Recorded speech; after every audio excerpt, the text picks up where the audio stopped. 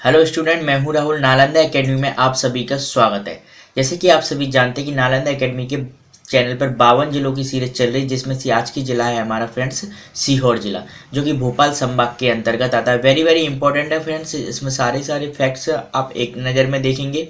ये नए संशोधन के साथ है, जो भी प्रश्न परीक्षा में आते हैं जो वो हम आपको इसमें बताएंगे फ्रेंड्स। चलिए तो बिना देरी के स्टार्ट करते हैं सीहोर जिले के बारे में। सबसे पहले तो इसकी लोकेशन आप याद रखोगे, साथ साथ में मैं आपको बताऊंगा कि जैसे कि आप जिस सीहोर जिला देख रहे हैं मैप में, पूरा की पूरा देखिए जरा। ये भोपाल संभाग के अंतर्गत आता है। इसकी भौगोलिक स्थिति आपको याद होना चाहिए कि मध्य प्रदेश में सीहोर जिले की भौगोलिक स्थिति क्या है। जैसे कि इसके उत्तर में आप देखेंगे ये राजगढ़ हो गया हमारा, ये राजगढ़ देखने को मिलता है हमको। शाजापुर देखने को मिलता है इसके उत्तर में, साथ साथ में भोपाल इसके साथ पूरी सीमा बनाता है। ठीक है, भोपाल पहले सीहोर का ही हिस्सा था, याद रखोगे। ठीक है ना, भोपाल पहले सीहोर का हिस्सा था, बाद में 1972 में ये अलग हुआ था। इसके बाद अगर हम इसके दक्षिण में बात करें तो देखिए हरदा देखने को मिलता है और होशंगाबाद देखने को मिलता है इसके दक्षिण में। ठीक है फ्रेंड्स, ये बहुत सारे इंपॉर्टेंट क्वेश्चन बन जाते हैं जो आते हैं यहाँ से। इसकी सीमा किन किन जिलों से लगती है, किन किन जिलों से नहीं लगती है, तो आपको सभी की सभी याद होना चाहिए। साथ साथ में इसके पश्चिम में रायसेन देखने को मिलेगा और पूरब में इसके देवास देखने को मिलेगा। ठीक है, पश्चिम में इसके देवास देखने को मिलेगा, पूरब में इसके रायसेन देखने को मिलेगा। इस प्रकार से इसकी सीमा लगती है फ्रेंड्स। चलिए साथ साथ में आप याद रखोगे जो सीहोर का जो नामकरण है, कि नामकरण से भी प्रश्न पूछ लिए जाते हैं कि नामकरण किस कारण से हुआ। तो देखिए एक अभिलेख के अनुसार, ठीक है ना, एक अभिलेख के अनुसार एक नदी का नाम था शीवान। किसका? शीवान। शीवान के आधार पर सीहोर जिले का जो प्राचीन नाम हमको मिलता है वो सिद्धपुर या सिद्रपुर मिलता है फ्रेंड्स। ठीक है ना, या तो सिद्धपुर मिलता है या सिद्धपुर या फिर सिद्रपुर, दोनों प्रकार के नाम हमको प्राचीन काल में मिलते हैं इसके। तो आप दोनों तरीके से इसको याद रखोगे नामकरण में। ठीक है ना, सीवान नदी के नाम पर इसका नामकरण पड़ा था फ्रेंड्स। ठीक है, चलिए इसके अलावा देखते हैं हम इसमें सबसे इसके बाद जो प्रश्न बनेंगे इसकी तहसीलों से बनेंगे, जो कि काफ़ी इंपॉर्टेंट क्वेश्चन बन जाते हैं यहाँ पर।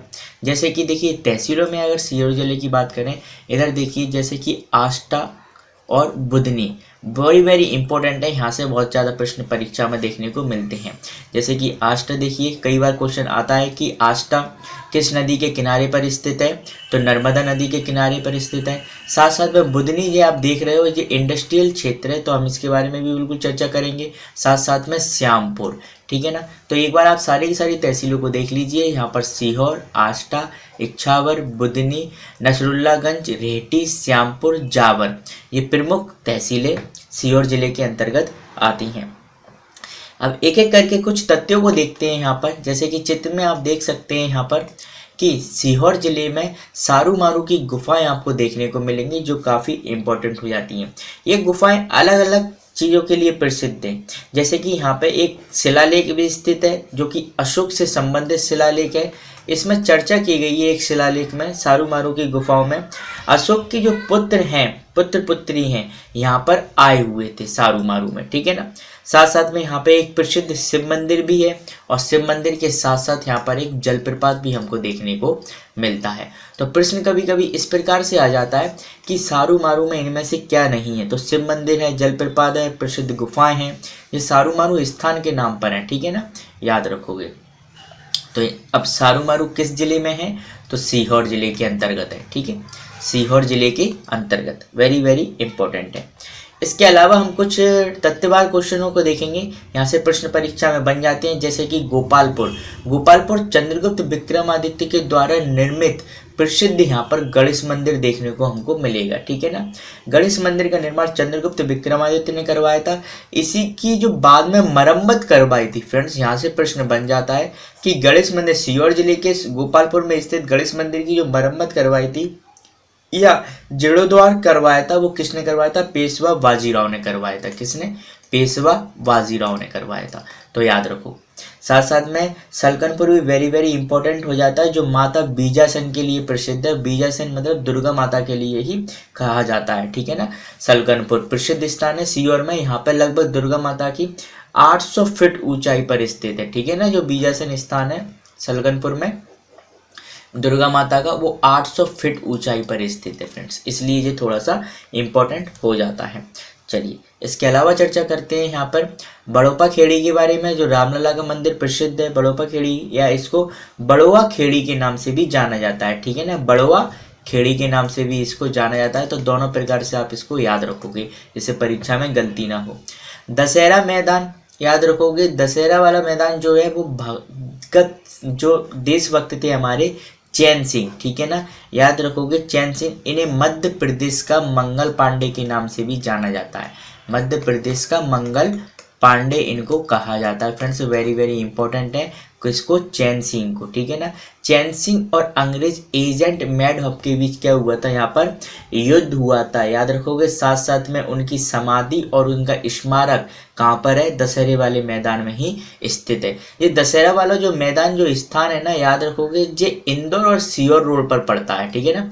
जब सीहोर से इंदौर जाते हैं ना हम, तो उस रोड पर पड़ता है, ठीक है, दशहरे वाला मैदान। तो ये चैन सिंह के लिए प्रसिद्ध है दशहरे वाला मैदान। यहीं पर इनकी क्या मिलेगी, आपको स्मारक मिलेगा, और साथ साथ में यहीं पर इनकी क्या मिलेगी, समाधि मिलेगी। वेरी वेरी इंपॉर्टेंट हो जाता है, इनको मध्य प्रदेश के मंगल पांडे के नाम से भी जाना जाता है। चलिए नेक्स्ट देखते हैं, जैसे कि एक यहाँ पे प्रश्न है बुधनी, वह वेरी वेरी इंपॉर्टेंट है, जहाँ बुधनी से ही प्रश्न बन जाता है।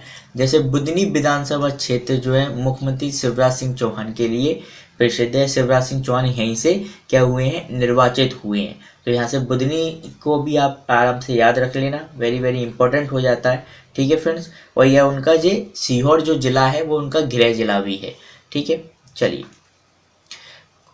सीहोर जिले के अब कुछ औद्योगिक परिदृश्यों के बारे में चर्चा करते हैं। यहाँ से पूछ लिया जाता है क्वेश्चन कि मध्य प्रदेश का सबसे बड़ा शक्कर का कारखाना कहाँ पर है, तो बरलई में स्थित है। कहाँ पर, बरलई में। यहीं पर हमको sugar mill, Bhopal sugar mill देखने को मिलेगी। भोपाल शुगर मिल भोपाल में ना होते हुए कहाँ पर है, सीहोर जिले में। कृषि मशीनरी प्रशिक्षण एवं परीक्षण संस्थान यहाँ पर देखने को हमको मिलेंगे। साथ साथ में इसको जरूर आप याद रख लेना कि सिंगा औद्योगिक क्षेत्र किस जिले के अंतर्गत आता है, तो सीहोर जिले के अंतर्गत आता है। किसके, सीहोर जिले के अंतर्गत आता है। बुधनी में जो कारखाना है वो रेलवे स्लीपर कारखाना है। यहाँ पे हमने मुख्यमंत्री का भी निवास स्थल देखा शिवराज सिंह चौहान का। साथ साथ में प्रदेश का पहला खेल आवासीय महाविद्यालय कहाँ पे है, बुधनी में ही देखने को हमको मिलेगा।